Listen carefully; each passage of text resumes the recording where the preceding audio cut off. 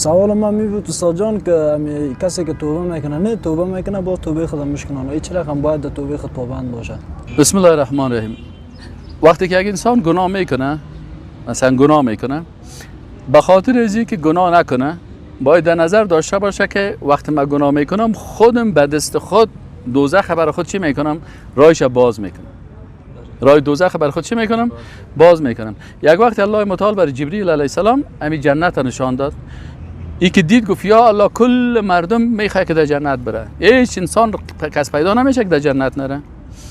برش دوزخ نشان داد گفت یا الله هیچ کسی که دوزخ بشناسه کوشش نمیکنه که در دوزخ بره، کوشش میکنه خدا که از دوزخ نجات بده. الله متعال گفت که ما جنت رایش سختی ها را گذاشتیم، سختی ها از راه جنت که بسیاری کسان از این سختی ها تیر شدن نمیتونن، در جنت رفتن نمیتونن. و راه دوزخ چی کردیم؟ لذت ها و شهوت ها و مستی ها و شراب ها و رقص ها و خواندن ها و موسیقی ها یا گرد دوزخ کی رو برای چی برابر میکنه؟ برای دوزخ برابر میکنه. این حال اگر انسان پیش خودی فکر بکنه که من با این گناهی که میکنم خود به دوزخ به دست خود دوزخ برای خود خریدیم. محمد علی کلی یک بکسر بسیار قوی بود، نه میشناختی؟ این مسلمان شد. اینو گفتن تو گناه میکنی، گفت وقتی که من گناه میکنم یک قوطی گوگرد در جیبم است. هر وقتی که بخوایم گناه بکنم یک قوطی گوگرد میگیرم زیر دست خود یک پلتک که در میتم. باز برام میگم که تو سعی که تو یک پلته گوگرد توان حاضر نداری که این پلته گوگرد تو را بسوزانه، دست بالا میکنی. این آتش دوزخش تو توانش داری. از این خاطر گفت من عاجل از اون حالت گناه فورا هم قوطی گوگرد خدا میکشم و از گناه فرار میکنم.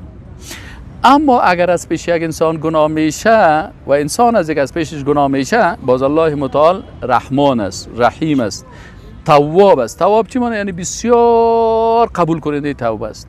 اگر 100 دفعه هم گناه کنی، 100 دفعه توبه کنی، الله متعال خوشحال میشه و توبه تو را میپذیرد. تا چه وقت؟ تا که دو حالت سرت بیاید. یک حالتی که توبه قبول نمیشه که ملک الموت ببینی که آمده که خفقت میکنه. او هر وقت خیزک بزنی فرعون هم میگفت که ما توبه کردیم.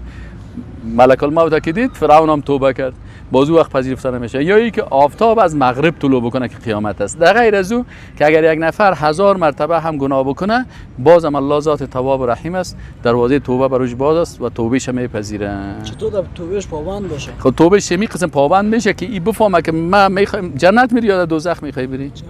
وقتی که جنت میری، جنت خودم سختی ها را داره که باید از بسیاری مشکلات از این جنجالا و تو را خودت دور کنی دیگه. وقتی که میخوای گناه رو بکنی دوزخ یادت نبیاد باچی؟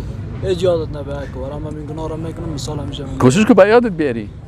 همون لحظه که از باید تفکر ببین، همون لحظه گناه میکنی بفهمی که عمل من ملائکه میبینه، الله متعال مرا میبینه و این برای من نوشته میشه و این کرام الکاتبین خاص پیش دور نیست، ملائکه الله هست. یار کدام در نظر خود داشته باشه و ذات رقیبی که مرا مراقبت میکنه. اینجا حتما وقتی که ببینی که بازی نوشته میشه و این سبب از این میشه شرمندگی در روز قیامت میشه و از ما پرسان میشه، باز خود به خود انسان از این چی میشه و از الله انسان حیا داشته باشه. یعنی بزرگترین چیزی است که آدم از الله بشرمه، چون الله 24 ساعت ما را میبینه و از این ملائکه کت ما از دشانه ما نیکی ها و بدیهای ما نشه میکنه، از این خجالت بکشه. یعنی مثلا اگر دمو یک اتاق یک اشتکک خرد باشه چقدر اون میشرمی. همین شرم که از همین اشتک میکنی، همین شرم باید از الله داشته باشی، از ملائکه داشته باشی، باز یه جرأت نمیکنی که گناه بکنی. موفق باشی.